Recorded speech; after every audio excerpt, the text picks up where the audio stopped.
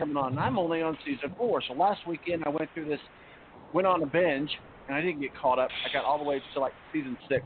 So I have to admit, I did cheat and go to YouTube and do the highlights. It just takes you through for about an hour and a half to get you up to speed. But then I realized, oops, I'm missing some important parts. So I started at the beginning of season 7, and I didn't get to watch the episode of season 8. And so at work, we've got this bracket about who's going to end up on the throne. You guys don't know who Ariana is. We've been following her since she's a kid. She's now grown up, and it's just a battle of the thrones. I mean, Breaking Bad. Did you guys watch Breaking Bad? It's kind of like that. It's kind of like an addiction, and I don't mean to make fun of addiction, but it's the crack on HBO. Once you start, you just can't get off. Well, I have a prediction. I honestly believe that this is the first time I've talked to 2 people at the same time that have never seen the Game of Thrones. Ever.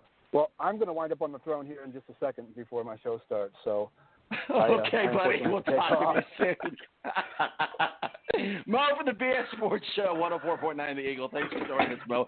Have yourself a good day. I love you guys. See you, buddy. Hey, listen, Tom, you sound like some of these general managers about the draft, man. You're overthinking this Game of Thrones thing with going on the YouTube and watching that. You're just overthinking it. I know. But and I will say this. I'll say this too. I've never watched a single episode of Breaking Bad. I mean, how bad is that? Going on with the drug reference. Okay. I've never seen an episode of either one of those shows. I don't know why. I don't know why. Just I have no reason why. Never happened. It just never happened. I got hooked on Game of Thrones. It's a fantastically well-produced show, and it takes, I don't want to go through the whole show, but it takes place in the medieval times. So here's what it's got. Orgies, betrayal, beheading. Well, because back in the medieval days, this was kind of common, so you shouldn't really look down on it, and I don't, because each to their own. It's not my flavor. But you got same-sex marriage, you got incest, you've got dragons, you've got adultery, you've got murder, you've got unsuspected people, you've got the trees have ears, you got spies.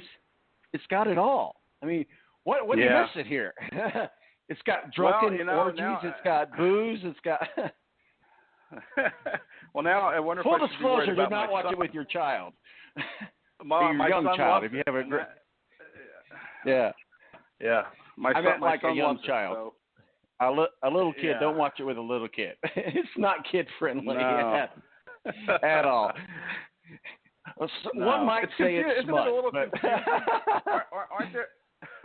aren't there a lot of little kingdoms you have to follow and a lot of different characters that you have to stay on top of? I mean, there's 7 different kingdoms, so you have 7 different things going at one time, and then there's, again, very complicated to get into because we're several years in, but there's a guy who kind of plays the both sides of both fences and is an ally of all the kingdoms, but none of the other kingdoms know that he's an ally of them, and his name is Littlefingers, and he creates more drama, more problems, and you just gotta, there's 7 kingdoms you gotta follow. Anyway, we digress. We got 32 kingdoms that we gotta talk about. So, well, I doubt I'll ever see it, but I'll ever see it, but never say never, I guess. Hey, I tell you what, you don't travel as much as you used to, so maybe you don't have those hotel rooms that you could binge on. But yeah, that's true. Anyway, we digress. We left off at the Bengals number 11 pick. I got Devin White, linebacker, going to the Bengals. White takes over as Vontae Burt's role in the Bengals defense. What are your thoughts? Well, I've poo-pooed this quarterback class, but I think this is where I would go with, if I'm the Bengals, I'd go with Dwayne Haskins. It's time to cut bait on Andy Dalton and go with the hometown hero, Dwayne Haskins. If I'm the Bengals, I'm taking a quarterback here, Dwayne Haskins. We haven't talked much today about the Green Bay Packers, but new coach, Aaron Rodgers. Rumor has it Aaron Rodgers and the new coach isn't necessarily seeing eye to eye, which that has to get rectified. Sounds like there's some drama in the locker room there, but they got the number 12 pick, and I think they're going to pick up Jonah Williams, offensive tackle from Alabama. Williams can start at the right tackle guard or guard for the Packers, depending on the health of veteran Brian Bulja. The Packers, and give us your overall high-level view of the Packers going into the 2019 season with the new coach, and the rumor has it that there's trouble in paradise, if you will. Well, yeah, I mean, really, Rodgers, I mean, if you read that article, I think it was from the Bleacher Report, I mean, he just looks like a total prima donna, and we kind of knew that before the article was written. He doesn't really get along with too many of his teammates, and you could say the same about Ben Roethlisberger. That said, Rodgers is incredibly talented. You hope him and the coach can figure this out and get on the same page. And maybe to do that, you have to draft somebody that's going to keep Aaron Rodgers happy. And, I think a nice right or left tackle like a Jonah Williams would probably keep him happy because presumably that guy would keep him healthy.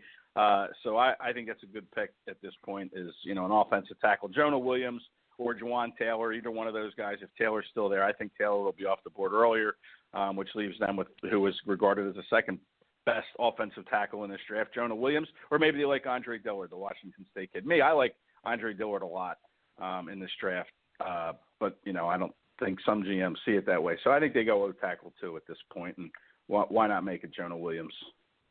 Well, I was talking with my son yesterday. He lives in North Carolina. They're a big North Carolina Panthers fan. My granddaughter's a huge Carolina Panthers fan. He thinks that the Panthers are going to pick up Dillard at the offensive tackle, and I believe the number 16. What are your thoughts on that? Yeah, I mean, I've seen some mock drafts that have him going there. The Panthers need to do some work on that offensive line, and Dillard makes sense there too. Again, it could be Dillard, or if one of those other guys, Juwan Taylor, slips, or Jonah Williams slips, then it'll be one of them. So, I see them going offensive tackle for sure in Carolina. Complete dumpster fire, but your number 2 favorite team I know is the Washington Redskins. But the pick is they got the 15th pick. A lot of people think they need that wide receiver position really bad. They're going to pick up DK Metcalf out of Mississippi if Washington doesn't grab one of the top quarterbacks, which is still a possibility. Yeah, and a quarterback. I mean, Alex Smith doesn't look like he's going to play again, and you have Case Keenum kind of as a chairholder here for whoever they should pick in the draft, either this year, probably next year. The Redskins do make some curious decisions. But, they did sign Landon Collins as a safety, so it's not like they're completely checked out on this year. I think they probably need an edge rusher type, and this draft is heavy in edge rushers. I could see them going for someone like a Brian Burns from Florida State to kind of, shore up that defense a little bit. And they could go receiver. There are some receivers out there. I'm not sure. I like a whole lot of them. I like Marcus Brown from Oklahoma. It might be too soon to pick him. But edge guys are so hard to find, and this is a draft that's deep in them. I think if you're the Redskins, it would be hard to pass on Brian Burns at this spot from Florida State. Let's go back to the Giants, the New York Giants, with some of the chicken and bacon in the trading that we talked about earlier. They'll end up with the 17th pick. They pick up Rashawn Gary. It seems like every year a defender falls unexpectedly into the middle of the first round. Last year it was Edmonds, Jonathan Allen 2 years ago. It could be Gary's turn this year, and given the disparity, I guess, if you will, between being athleticism and production, while Michigan could hurt his draft pick, but I honestly think that the Eagles take a good, strong look at Rashawn Gary there for them. The Giants? Yeah, I think the Giants, I think I had them taking him early with their first pick and then maybe trading this pick for Josh Rosen. But if they stay at 17, I think they need offensive line help as well. And, there are still some offensive linemen out there, mostly some interior guys, but I could see them maybe going for a Cody Ford from Oklahoma to address that offensive line, which, they really, if they're going to continue with Eli Manning, who doesn't move a lick in the pocket and tends to, either go down on his own or throw the ball away when anybody's within 2 or 3 yards of him, you need to get stronger up front. So if Andre Dillard gets past the Panthers at 16 or any of those other tackles dip, I think they'll take an offensive tackle. But I think if not, then I think they could end up going for Cody Ford here, an offensive tackle from Oklahoma. The Vikings got the number 18 pick. One would think that they'll get that guy from Boston College by the name of Chris Lunston, offensive guard. He comes in and he starts day one and comes out the gate running, if you will. It's the ground running, if you will. Yeah, my favorite player in the draft on the offensive line is this kid Garrett Bradbury from NC State, the center. And, I think that if they bring him in and plug him in right away at center, they can move their current center, Pat Elflein, to guard. And that just strengthens their offensive line right out of the chute. So, I think Garrett Bradbury would be the pick here. Lindstrom, you wonder what kind of competition he's done it against with Boston College. I'm not sure. I like Lindstrom a lot, too, and I think the Eagles might seriously consider taking him if he's there at 25. But I like Garrett Bradbury from the Vikings with this pick. The center you can plug in. He's a 10-year starter. Maybe not the most sexiest of picks, but, I think he's one of the best offensive linemen in this draft. Florida State started off pretty strong last year. They didn't do as good as they did in basketball and football, but they're going to be losing Brian Burns, Jr. And, I think the Tennessee Titans signing Cameron Rake was good for this year. Burns' skills will be valued in 2020 and beyond. So I think that Brian Burns goes to number 19 to the Tennessee Titans. AFC South is just getting stronger, and the Colts have just got to get better. But that's another conversation. But what are your thoughts? Yeah, I have Burns going to the Redskins, but I agree. I think they need to bulk up that defensive line, and I think they'll go with Christian Wilkins from Clemson. He's a little older. That's kind of the knock on him. He's 23 years old. I think he'll be 24 soon. So, you're drafting a kid that really you're only going to get maybe 5 years of prime out of. Instead of taking a guy that's 21, 22, you're getting an older player here. But I think Christian Wilkins is just too good to pass up at this spot for the Titans. So the Steelers begin their post years without Bell and without Brown, and the soap opera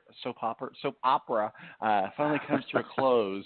They pick up Devin Bush, linebacker, number 20 out of Michigan. Sometimes inside linebackers become available later in the first round, but Devin Bush might be a bright light of sunshine for the Pittsburgh Steelers. Yeah, they have a lot of needs, Wide receiver, you have Juju Smith-Schuster that's there, but, you lost, obviously, Antonio Brown. Ryan Shazier obviously is not going to play. Steelers, Pittsburgh loves linebackers. I think the linebacker position has evolved through the years. I think Howie Roseman talked about that. The Eagles vice president of football operations said that, you're seeing it's harder to find linebackers because, if you're bigger, you go play defensive line. Some of them are being moved to the safety position. So it's kind of an evolving position. But Steelers still love their linebackers. Devin Bush would be a great pick for him here. But, so would a wide receiver or even a secondary. Their secondary it hasn't been up to par. I could see him maybe going with a Greedy Williams from LSU here or that Byron Murphy, another cornerback. So there's certainly a lot of different ways they could go here. I have a feeling they'll probably go with that linebacker, like you said, Devin Bush, just because I know Pittsburgh loves its linebackers. Well, we can't end the show without saying something about my Indianapolis Colts. Frank Reich, Ballard, Jim Irsay, they got the number 26 pick, ended the season pretty strong. I think I shared the schedule with you. I think they've got 11 wins. I think they're going to win the AFC South. Of course, I say that every year, but I think a good pick for them is Dexter Lawrence, defensive tackle out of Clemson, and Chris Ballard is always looking to upgrade the defensive line, which we like, we've lacked it in the past. Wilkins is a great value at this point of the round, and again, don't overthink it, play it safe. He's a good pick for us. Yeah, he's somebody that can really push the pocket, no doubt. I mean, he can really get, generate some